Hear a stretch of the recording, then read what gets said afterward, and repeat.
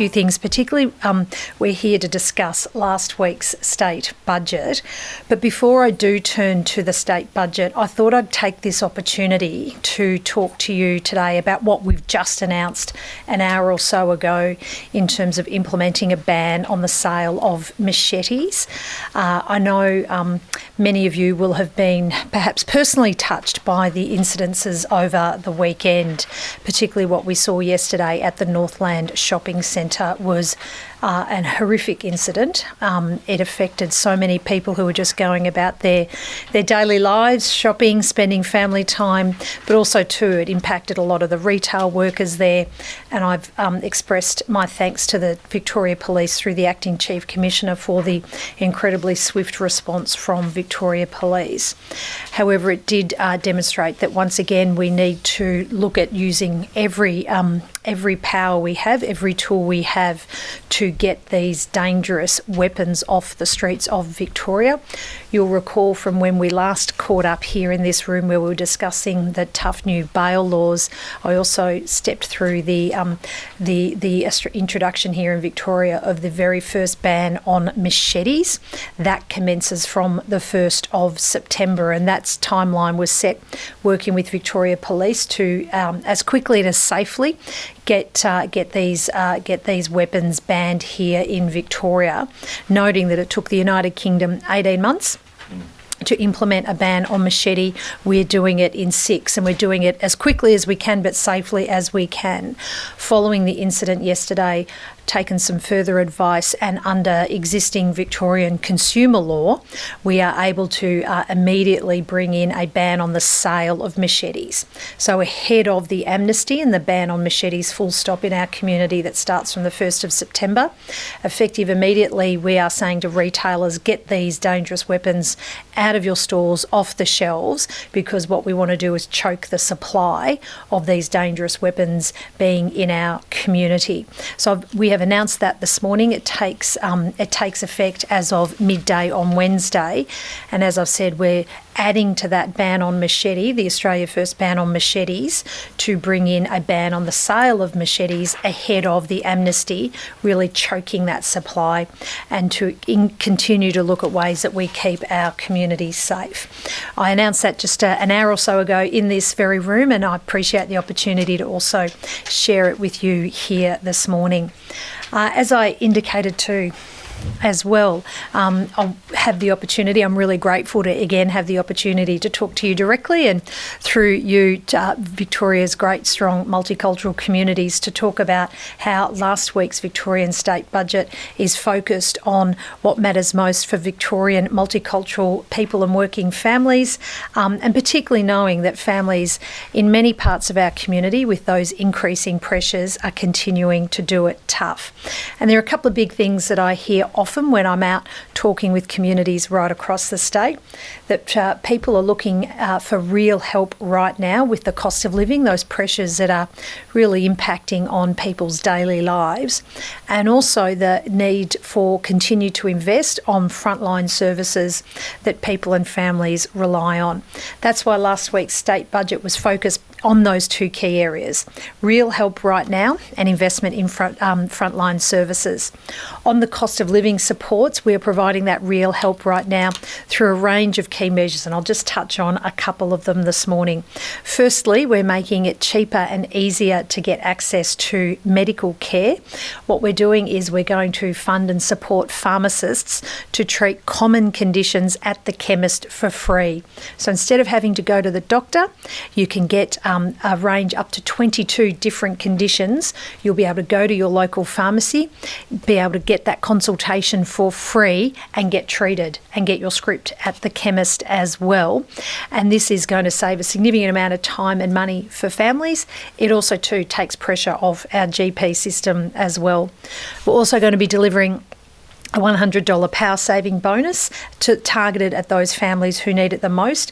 And also we're supporting those families with an increase to the Camps Sports and Excursion Fund, a program we run through our schools, making sure no kids miss out on those great things like excursions or being left on the sidelines of their school sporting event. We're continuing to fund free kinder, saving families $2,600 a year. We're doubling food relief because this continues to be a real challenge for many families. More and more families are struggling to put a meal on the table. And so we're doubling food relief. And then just finally, we're making public transport for free for every child every day right across the state. And we're also making public transport free for seniors on the weekends statewide. I mentioned before the other area of priority was frontline services, and that's why this year's budget provides a big boost to health services. We're opening and operationalising 9 new or expanded hospitals this year. We're tripling the virtual emergency department. If I can give a plug through your channels to the Victorian Virtual Emergency Department, it's an incredible service. It's a 24 hours a day, 7 day a week online emergency department. You might be at home, your little one, you might have a child who's sick, you're not sure whether to take them to the emergency department. You can go online, log into the Victorian Emergency Department, and we are seeing huge responses. Around 80% of people are able to be treated through the Virtual Emergency Department in their own home, avoiding a trip to the emergency department. And we're going to triple their capacity, so they'll be able to treat up to 1,800 people a day as part of this budget support. We're increasing the number of train services across our network, and we're also expanding bus services in the outer suburbs, particularly in the northern and western suburbs, knowing that buses are a really big and important part of our public transport network. I mentioned earlier those tough new bail laws that we introduced earlier this year. Well, they're working, and as a result of seeing more people on remand and less people getting bail, this budget funds an increase to prison beds and prison officers to deal with that extra demand on capacity. And then just finally in schools, we're making another big investment in schools. There's $1.5 billion for capital works, but also alongside school buildings, we're focused on what goes on inside school buildings as well. And we're putting a particular focus on maths as well, bringing that back to basics approach to maths that the Minister has brought to phonics. And that's why we'll be running a new maths check in year 1 in every government school. And that'll help teachers understand where the little grade 1s are up to, and also provide intervention and support for those who need it the most. And then for the high achievers in years 9 and 10, we'll be establishing a maths camp, and 1,000 year 9s and 10s will be able to go off to a maths camp to help support them be those maths superstars of the future. Just before I finish up, I just want to make the point that we're able to make these investments, make this real support right now for cost of living, and also invest in frontline services, because we have made a range of responsible decisions through the budget. We have a fiscal strategy and we are sticking to it, and it's working, which is why we're able to deliver an operating surplus in the coming year. The first time since before the pandemic. We're seeing our debt forecast numbers set to fall as a share of the economy as a result of having that fiscal strategy and sticking to it. And we are seeing Victoria's economy continue to grow strongly. And to give you one statistic, business investment here in Victoria is up substantially. It grew 3.7% over the year to the end of 2024. The rest of the nation, it declined by 1.3%, and we're building more homes than anywhere else in the country here in Victoria. Key indicators that our economy is strong, it's growing, and this budget provides additional investments to support that strong and growing economy. And then just finally, to touch on some specific support for our great multicultural communities. And these initiatives have come from being informed by the feedback I get it by attending the many events that I see many of you at as well, and listening to multicultural communities right across the state. alongside support for cost of living, frontline services and making those responsible decisions, we have a targeted $100 million of investment in programs and support for multicultural Victorians, support for things like helping newly arrived communities with English, with healthcare, those key areas that help newly arrived migrants settle into their new homes successfully, supporting young people and seniors with programs and spaces where they can thrive and connect. Support also too for the Migrant Workers Centre to help support migrant workers to fight for the rights of migrant workers. $5.6 million to build and upgrade facilities, $2 million for multicultural seniors, and a further $1.3 million to complete the Vietnamese Museum. And I'll just finish by saying this, thanking you for being here today, that my vision for a multicultural Victoria is this, that Victoria is a place full of different cultures and languages that is united by what we have in common, those things that we have in common that are our values and our families. A place that is safe for everyone to be who they are, with laws that crack down on those who want to spread racism and violence and make it clear there's no place for this here in Victoria. And a place that offers real help right now with cost of living, those great strong public services that everyone relies on, because I know that's what matters most to Victorian families and working people. So thank you for being here today, and I look forward to your questions. Thank you. Far away, yes. Good morning, Madam. Good morning. Good. Congratulations for the Labour wins in Federal Parliament. Thank you. It's a good win there. It was. Today is National Sorry Day. And what is your government agenda and plan for the Aboriginal people of our state? Yes, so in terms of National Sorry Day and the support we're providing to Victoria's Indigenous and First Peoples population, we are currently sitting at the negotiating table, negotiating the first statewide treaty here in Victoria, the first in the nation. And this has been a long journey. This has been a very long journey for our Indigenous communities who have experienced as a result of the way our state was colonised, they have experienced dispossession and injustice that all the international evidence tells us can be addressed and recognised through two important steps. Truth-telling, which is what we've been undertaking as part of the Yuruk Royal Commission, and then secondly, negotiating a treaty, because the best outcomes come from when you sit down and listen and involve those who those decisions directly affect in the decision-making process. And that's the very simple basis of what treaty is about. It's about involving people in decisions that affect them. And so we're negotiating that right now, and those negotiations are underway. And we do hope that we will see a conclusion of those negotiations before the end of the year. I don't want to preempt the outcomes because that happens at the negotiating table.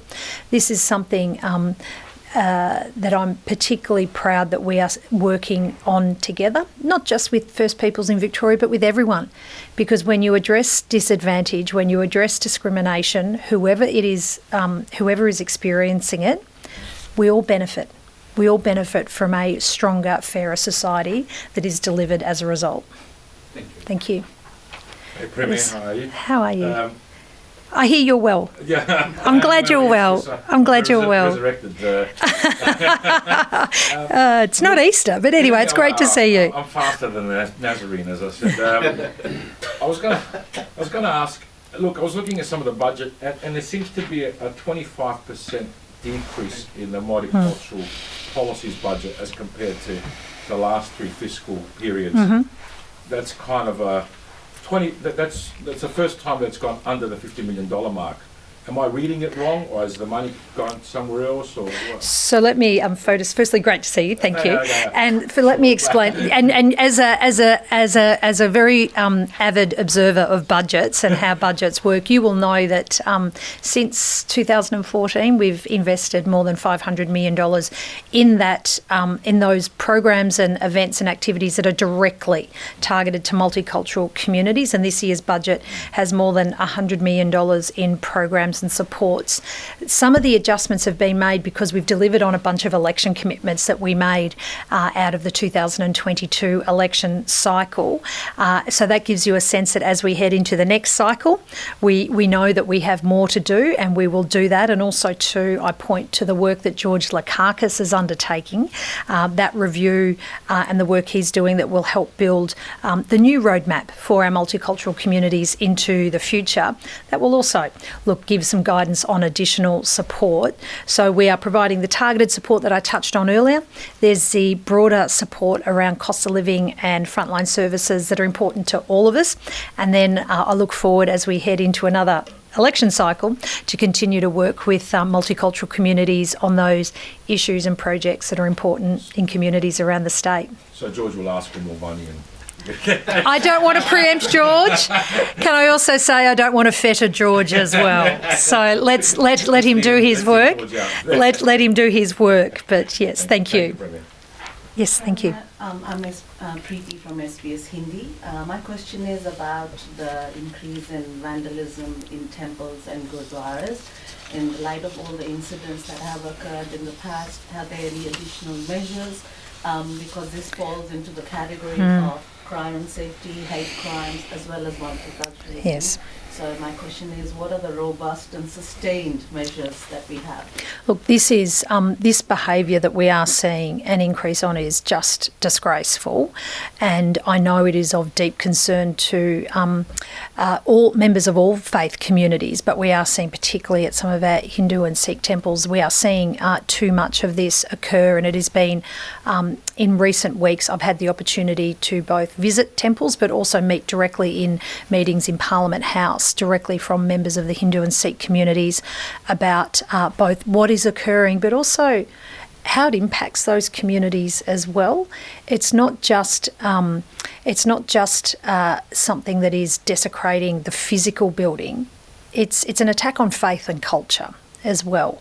And we absolutely recognise that that is something that is incredibly hurtful to communities. That is why the anti-vilification laws that have passed through the Parliament are so very important, because it does two things. It gives the police the additional powers. It also too sends a very strong message about how hateful behaviour is a crime in this state. Secondly, also, I mentioned earlier the tough new bail laws that we have in place, putting community safety first. Those tough new bail laws are working. By putting community safety first, we are seeing more people in jail, less people getting bail as a result of those changes.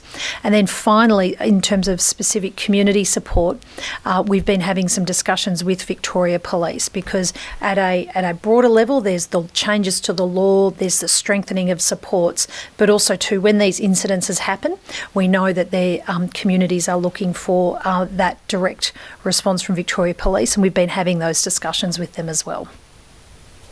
Thank you. Thank you. Premier, we understand that there are bail laws that are coming into place, but a lot of people from culturally and linguistically diverse backgrounds work as in the field of security guards, and who are in the front line of such incidents, or for example, the recent crime that happened. So what are we doing to support them?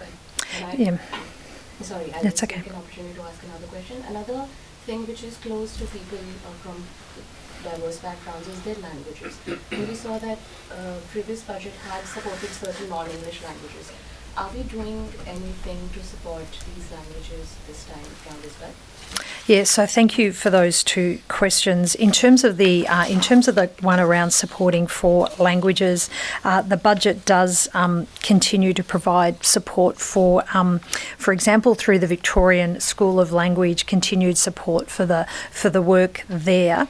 Also, too, we back in 2023 did allocate funding to create 3 beacon schools to teach Hindi and Punjabi, and of course we know that there are also great strong programs in our government schools also around Mandarin, and also in Greek as well. And I've got some first-hand experience on the Mandarin front, because my daughter, who's just started Year 7 at a government school in Bendigo, has is learning Mandarin, and so I'm also trying to pick up a bit of the language as well before I head over to China later this year. So we're continuing to support that program of language education both in schools, recognising the additional support that's being sought from specific education opportunities, and then there's that work that continues through the Victorian School of Language.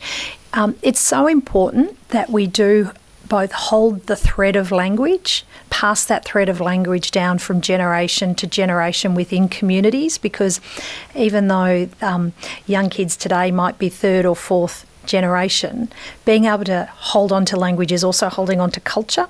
And then for the broader community, having an understanding of language is having also deepening that understanding of culture as well, which enriches all of us. So it is a really important focus. Back on the question, the earlier question was on security guards and support for security guards. Look, can I just at the outset acknowledge that you're absolutely right to identify that many of these security guards are playing that frontline role. They were there yesterday. They are there when these incidences do occur and play a really important frontline support. Also too, so do retail workers, which is why I announced last year that we are looking at strengthening the law to protect the safety of these workers, because they are part of that frontline support. I was at the supermarket on Saturday talking to the checkout operator. They are the front line. They see all sorts of people come past, and if people don't respect them, they need to be dealt with, and that's why we'll be strengthening the law. Thank you. Premier, my question is regarding the bail laws. Once I was a lawyer and I had some experience of those things. Do you really think that tightening of bail laws, keeping more people in jail, will actually cut crime? Or maybe you have some evidence or studies to tell us that does it really work? Well, we are seeing in recent times here in Victoria, and it's also being experienced around the country and in other parts of the world, we are seeing a changed pattern of behaviour amongst offenders. There is, in terms of the actual number, it's a little bit smaller in terms of number, but the frequency and the seriousness of the crime is what of particular concern. And so we needed to have an intervention to break that cycle, which is what the tough new bail laws are all about. It's about putting community safety first and breaking that cycle of repeat offending, and particularly those offences that are causing great concern in our community today that may not have been there in previous years. The home invasion, the stealing of cars, the driving at high speed. So that's what these bail laws have been targeted at, and we do know that they are working because the numbers of people on remand, the people in jail, have increased as a result. But also too, I think your question goes to, ideally we'd prevent. Ideally we'd turn people away from that pattern of criminal behaviour, which is why a year or so ago we made some important changes to our youth justice settings, which meant that there was, for police, a stronger focus on diversion. So when they are engaging, when you've got a youth offender who may be engaging in some criminal behaviour at a lower level but coming into engagements with police for the first time, giving police additional tools and powers to divert those young people away and put them into diversion programs. And then secondly too, if these young people do find themselves in our remand settings, that we have changed the delivery of the programs, the prevention and the support programs, so that they can access them in remand. Previously they could only be accessed once they'd been sentenced to prison. So these are some changes that we are making, in addition, I should say, to the significant range of programs that go on in communities right across the state. Very localised programs where community groups work with Victoria Police. The budget to the Community Support Group program, I think there's 6 of them across the suburbs. The budget continues support for those programs as well, because it is about early engagement before or just on the cusp if a young person looks like they're heading down the wrong path, and how do we support them to make better choices and turn away from a life of crime. Thank you. Thank you. Hi, Your Premier. I'm Renee from group. So I have reviewed the 260 project announced before. And Sorry, I just was rustling my papers. Do you mind speaking up a little bit? Thank you. Yes. Yeah, thank you. Sorry, it's a little hard to hear. So I have reviewed the 260 projects announced before, and I was pleased to see the project such as the primary school upgrade in Box Hill South and the environmental volunteering, lead care and coastal care project in Preston. And both of these areas are home to significant Chinese communities, including so many statewide projects. So, however, I would like to know more about whether this year's budget includes specific funding or initiatives to support multicultural communities, particularly in the Chinese community. Yeah, thank you. No, thank you for your question and that focus on Chinese communities. I won't repeat. There's a range of initiatives that I've mentioned before, but particularly through the events program, through the infrastructure program, we'll continue to support Chinese infrastructure projects like the ones that you've identified, and also events as well.